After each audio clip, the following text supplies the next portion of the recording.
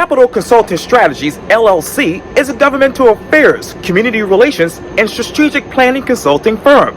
Today, I talk one-on-one with CEO Krystel Heath about what they're working on with their clients for this edition of Quintin's Close-Ups. And if you haven't already, subscribe to my YouTube channel and like Quintin's Close-Ups on Facebook. Krystel Heath, welcome to Quintin's Close-Ups. Great to be with you this morning. Oh, thank you so much. You are a chief strategist and the CEO of Capital Consulting Strategies, LLC, and the subsidiary Capital Academy. In fact, Capital Consulting Strategies, LLC, is a governmental affairs, community relations, and strategic planning consulting firm. In fact, in 2020, as I just mentioned, you added a subsidiary, Capital Academy, which provides premier strategic planning, governmental affairs, and organizational training. Let me ask you this. Who is Krystel Heath these days? I am someone who tries to be a better version of myself the next day than I was the day before. If I had to define myself in one word, it would be resilient. I started my company at 22 because I wanted to create an opportunity, and I was told that I needed to wait my turn. So Capital Consulting Strategies today, as you mentioned, is a governmental affairs, community relations, and strategic planning firm. But we're more than that. We seek to give voice to issues that are often underrepresented, and we do so through our research and our strategic planning. So what are you giving your voice to now as far as issues here in the Low Country and beyond? That's a great question. Last session, actually right before pre-filing legislation, I testified before the Joint Citizens Committee on Children, where I talked about the need to reform our child welfare system. I grew up in foster care, so for me that was a very personal issue. I think that our guardian ad litems, which are volunteer-based, do a great job, but I think there's something to be accountable for about having paid guardian ad litems where you have dedicated advocates that have the best interests of the child. So I gave policy briefs and I talked about the need for us to reform that system. And I also talked about a number of interrelated issues related to child welfare. You can't really talk about child welfare unless you're talking about affordable housing. And we know in the Low Country, real estate and affordable housing is short and it's very expensive. And so I talked about the need for us to look at revising the low-income housing tax credit, which is the vehicle by which developers use to have tax credits to create more affordable housing units. We know at Charleston County, they've been talking about this issue extensively, and they're having a public comment period where people can give their comments. I've also talked about the need for us to have a more integrated approach. When I talked about the need to start businesses, we know in Charleston County, the American Rescue Plan Act was a great conduit by which a lot of business owners potentially could qualify for, but there still remains a lot of funding and there's a lot of opportunity. These are all interrelated issues. We can't really talk about strong businesses without talking about strong families and communities. So my area of expertise, or my focus, is making sure that we really can look holistically at the full landscape and really give thoughtful consideration to those issues. What type of funding would be ideal for the businesses right now? Well, I think American Rescue Plan Act, that's a great vehicle. It's a low-hanging fruit. There's a lot of money still left in Charleston County. There's a surplus actually in our state budget this year. So there's opportunities there for nonprofits and community development corporations and other people that are serving our communities every single day. As a researcher, my goal is to find the strategic research and then to provide thoughtful consideration to it. In my opinion, research doesn't mean anything unless you can have some specific outcome. So I specialize in getting to the so what, meaning why does the research matter to provide some type of specific solution. So what strategic research would you do right now on the small businesses here in the Low Country, particularly minority businesses, and how many of those do we actually need? That's very interesting. This is a very timely discussion. I recognize that not every business or every organization can afford a full-time researcher or can afford a lobbyist. And so one of the things that we'll be launching very soon on the website is a research part of Capital Consulting called Capital Research. And Capital Research will provide an affordable subscription-based model to give you that strategic insight. As a business owner, you may be thinking, I don't have time to read policy briefs or sometimes legislations that are hundreds of pages long. And so based on your area of interest, whether it's zoning, we know zoning affects businesses, whether it's licensure. Recently, the General Assembly is actually going to be looking at short-term rentals, and we know that affects the Charleston area. There's one group of thought that seems to think that we ought to not allow short-term rentals because of all of the associated liabilities that come with that in terms of not having consistent residents there. The other school of thought is that it's an economic tax base, and that we need those tax dollars. And so, how do we leverage or reconcile those two issues of having short-term and frequent residents, but also contributing to the economic basin in the county? And so, through that research, capital research, it'll give strategic insight to things like that and teach you how to elevate your voice so that you don't have to spend hours and hours and hours doing research. You can get a quick snapshot and then take specific action. So what is the economic tax base that the short-term rentals are actually generating here in the Low Country? That's a great question. So at the press conference you may have seen last week, Dr. Von Nessen, who was an economist with USC, said, it has several $1 million worth of economic impact throughout the state and specifically, in Charleston County. We know that through them having it there, certainly it contributes to people eating out more. It contributes to people being able to have access to different services and patronizing local businesses, but also it provides a tax base for counties and municipalities to be able to draw from. And so to go back to my earlier point about that tax base piece, where the General, and we'll be talking about it this week, the General Assembly will be looking at how do we still allow municipalities and counties to regulate and to permit these short-term rentals like Airbnb, but how we make sure that we do so and give thoughtful consideration to residents that are actually in local communities. Well, how should they go about regulating that right now? I would have to do additional research on that specifically, but I think that when you have all sides at the table, we need to have a convening of realtors, you need to have economists, you need to have people that live in local communities. As a researcher, I don't come into communities saying, I know what's best for you. I want to hear from all interested parties and then allow that information, that qualitative data, that great feedback from people who it's going to impact to be able to do that. I definitely don't want to come in and say, this is what you need, because as a local resident, you know what you need more than I as a researcher. Though I'm a professional researcher, it has to be guided by what people need in their local community. So what exactly do they need right now? Well, again, I would have to have specific conversations, but I think to go back to those specific schools of thought, yes, the one thought is that by having these short-term rentals, it's going to disrupt the quietness of local neighborhoods, and it's going to cause parties and have some type of noise disturbance. But the other school of thought is that it creates an economic engine. So I think that there probably is a way to reconcile those two different perspectives. But again, it's going to require having what I call grassroots leaders, local people who are like the Mrs. Jones, the president of their neighborhood association, but also the grass tops, people that hold elected positions or people that are business owners, all coming together. And then my role as a strategic planner would be to facilitate those discussions and come up with some specific policy solution or some specific regulation to help kind of mediate the two differences. So in Charleston County, Ms. Krystel, how many short-term rentals are there? There are lots. I can't give you a specific number. I'd have to research that, but there are lots.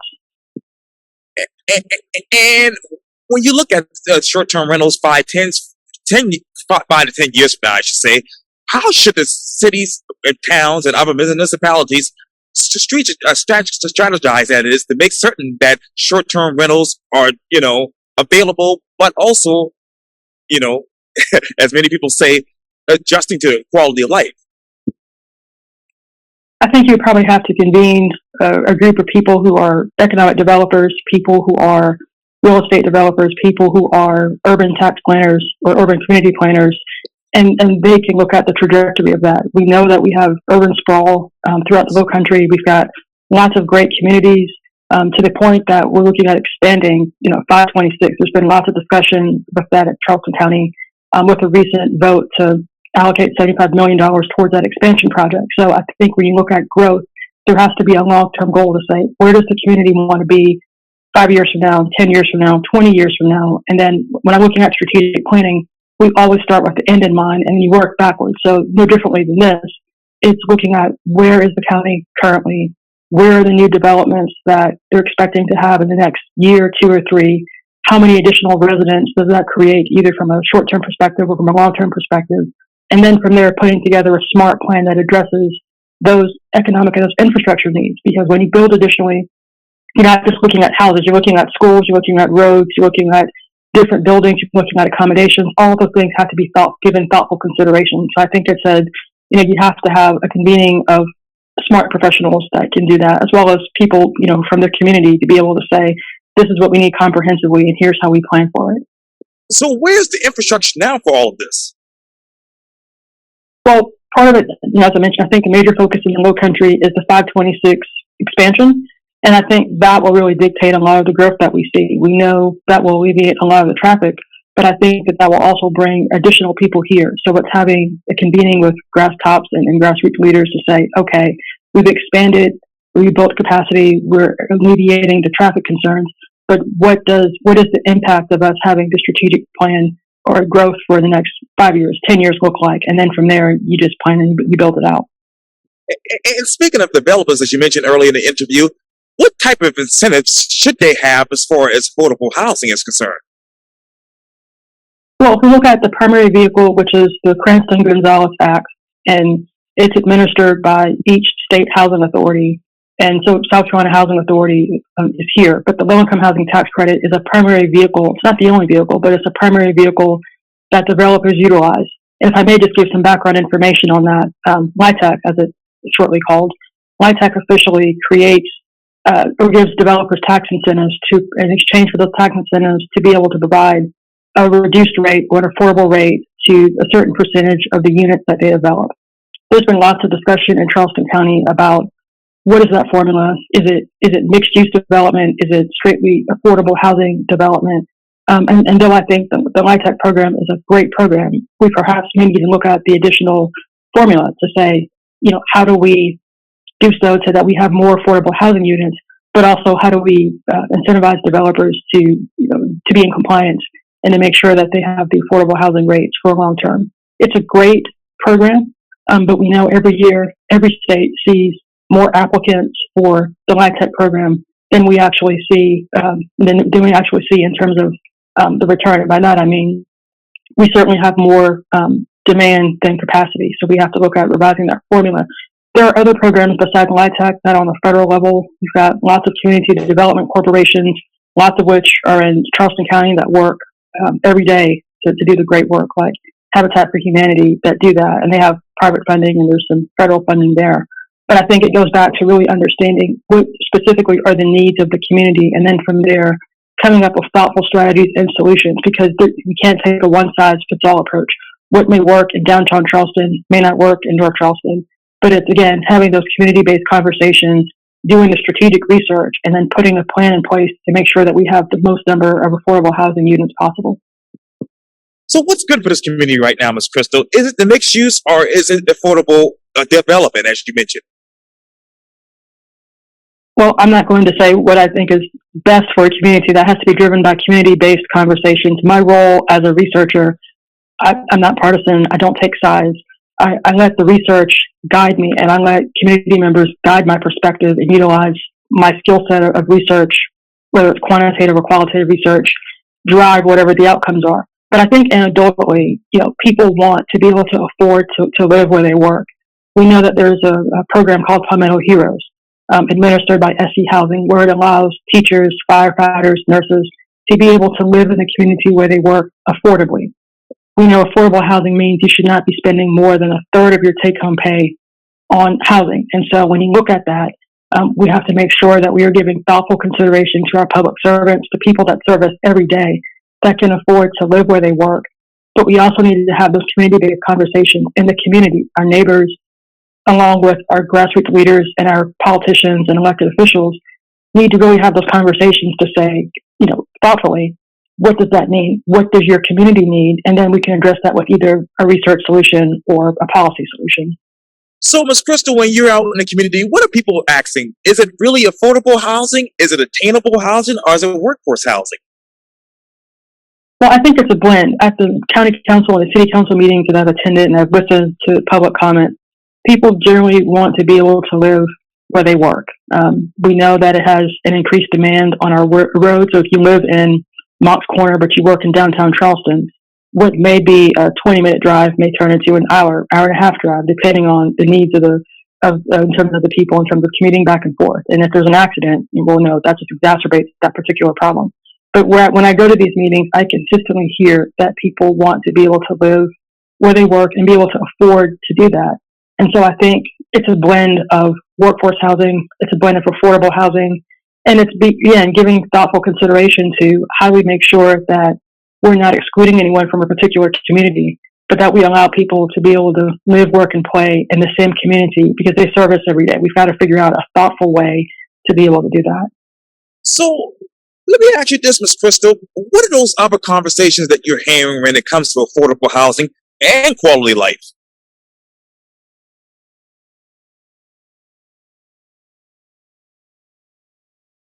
When I look at legislation in terms of what's being introduced, we know just a year or so ago at the General Assembly level that they passed the Housing Trust Fund to extend additional tax credits on a local level, and very quickly capacity was reached there. And consistently, I think, and this is all across South Carolina, we know there's a greater need in particular communities, but generally speaking for South Carolina, we know that we need more workforce housing, we need more affordable housing, and we have to do something to revise the LIHTC structure. We've got to look at the Housing Trust Fund. We need to support our community development corporations more. And most importantly, we need to have more thoughtful conversations with our communities, with the people that are already doing the work and the nonprofits to come up with a specific policy solution. And I'm probably being redundant, Ms. Krystel, but I was just thinking about this as you were saying this. But what type of public-private partnerships would be ideal for all of this? I'm a big supporter of nonprofits. Nonprofits selflessly serve our communities every single day, and there is no shortage of great nonprofits in South Carolina, specifically in Charleston.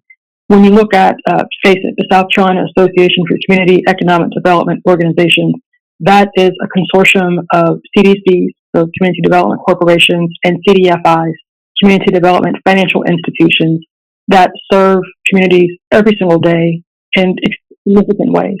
And I think a great place to start is looking at the CDCs and the CDFIs. These are private, nonprofit organizations that know the needs of the local community. So I think we have to start there. We have to start with people who are already doing the work because they're tapped into what their local communities need. And then from there, certainly having a thoughtful conversation with the nonprofits, with the communities that they serve, and then addressing that with specific policy solutions through research to say, with that additional strategic insight or research, here's a thoughtful plan that gives respect to the great community partners that are already doing the work, and here's a specific solution that we do that. I don't know how we achieve a policy solution without convening everyone at the table, without doing the research, and without giving respectful consideration to what people need. Hey, Ms. Krystel, who else should be at this table when it comes to the affordable housing issue and quality life issue? I think anyone that wants to be at the table ought to be at the table.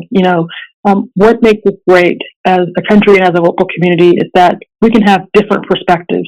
It's okay to disagree, but not to be disagreeable. And that's the approach that it takes. We have to convene people like developers. We've got to convene people that benefit from affordable housing, local mayors, nonprofits, business owners, the president of neighborhood associations, schools. This really is a community-based approach. We can't say that affordable housing only benefits the people who receive the affordable housing because that's not true. We know that there's a positive correlation with having affordable housing and having people from all walks of life live in one particular community. We can't place affordable housing in silos. It needs to be integrated through our community. And certainly, we don't want to deprive nurses, teachers, firefighters from being able to live where they serve. So I think we have to have a thoughtful consideration of all parties involved. And to that point, Charleston County, through March 1st, has opened up a public comment period. It's on their website, where anyone that has an interest in affordable housing can give feedback. And I believe those comments will be convened at the following county council meeting, and then they'll have a thoughtful consideration about what that means. I'll certainly be attending that meeting and, can update you about what that outcome is. But I think we have to have everybody at the table. Hey, Ms. Krystel, when you look around the counties here in South Carolina, and particularly here in the Low Country, where exactly is affordable housing integrated at? Well, I think we can't. So just to kind of back up, we no longer are in a period where affordable housing is segregated and it's only in one particular community. Affordable housing is integrated all throughout. And when I'm talking about affordable housing, I'm not talking about public housing, because affordable housing and public housing, people sometimes confuse the two.